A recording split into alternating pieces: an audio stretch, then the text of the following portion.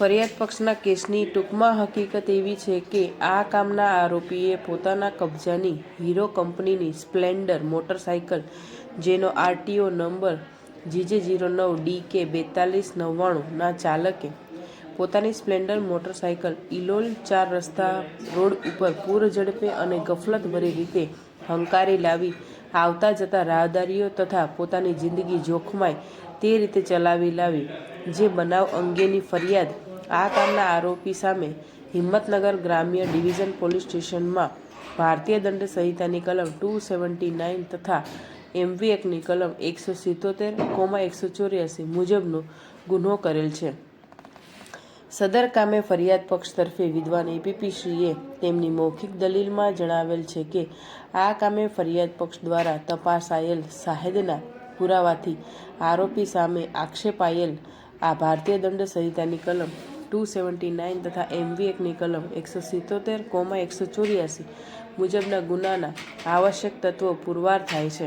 આથી ફરિયાદ પક્ષ દ્વારા રજૂ થયેલ મૌખિક તથા દસ્તાવેજી પુરાવા આધારે આરોપી સામેનો ગુનો પુરવાર થતો હોય કાયદાથી નિર્ધારિત મહત્તમ સજા કરવા વિનંતી કરેલ છે. ક્રિમિનલ જસ્ટિસ ડિલિવરી સિસ્ટમ મુજબ ફરિયાદ પક્ષે આરોપી સામે મૂકવામાં આવેલા તહોમતો બિયોન્ડ રિઝનેબલ ડાઉટ યોગ્ય પુરાવા રજૂ કરીને તે પુરવાર કરવાના હોય છે.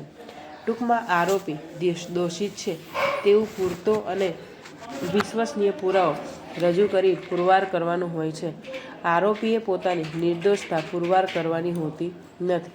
કાયદાના પ્રસ્થાપિત સિદ્ધાંત મુજબ આરોપી દોષિત ન ઠરાવવામાં આવે ત્યાં સુધી તે નિર્દોષ છે તેવી ધારણા કરીને અદાલતે ચાલવાનું હોય છે. નામદાર કોર્ટ દ્વારા બાંધવામાં આવેલ આ અનુમાનનું ખંડન ફરિયાદ પક્ષે યોગ્ય, પૂરતો અને વિશ્વસનીય પુરાવો રજૂ કરી કરવાનું હોય છે.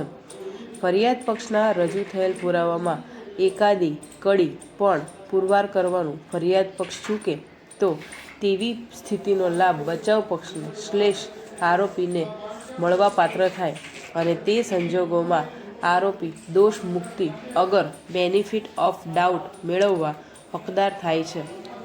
આ પૂર્વ ભૂમિકાના સંદર્ભે ફરિયાદ પક્ષે રજૂ થયેલ આ કામના પુરાવાનું મૂલ્યાંકન કરી ફરિયાદ પક્ષ આરોપી સામેના તહોમતો કે તે પૈકીનું તહોમત નિઃશંકપણે પુરવાર કરી શકે છે કે કેમ તે અંગેનો નિર્ણય કરવાનો રહે છે.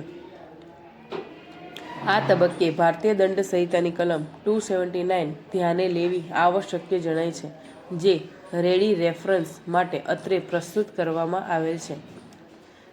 કલમ 279 સરિયામ રસ્તા પર બેકાળજીથી વાહન ચલાવવા અથવા સવારી કરવા બાબત જે કોઈ વ્યક્તિ માણસોની જિંદગી જોખમમાં મુકાય અથવા અન્ય વ્યક્તિને વ્યથા કે હાનિ થવાનો સંભવ હોય તેવી બેફામ રીતે અથવા બેદરકારીથી સરિયામ રસ્તા ઉપર કોઈ વાહન ચલાવે અથવા સવારી કરે તેને 6 મહિના સુધીની કે બેમાંથી એક કોઈ પ્રકારની કેદની અથવા 1000 રૂપિયા દંડની સજા કરવામાં આવે છે.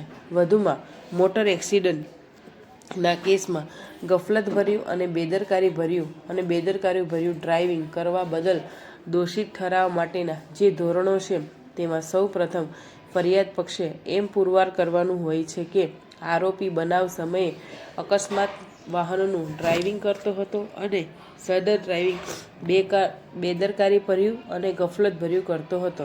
બેદરકારી ડ્રાઇવિંગ બદલ દોષિત ઠરાવી શકાય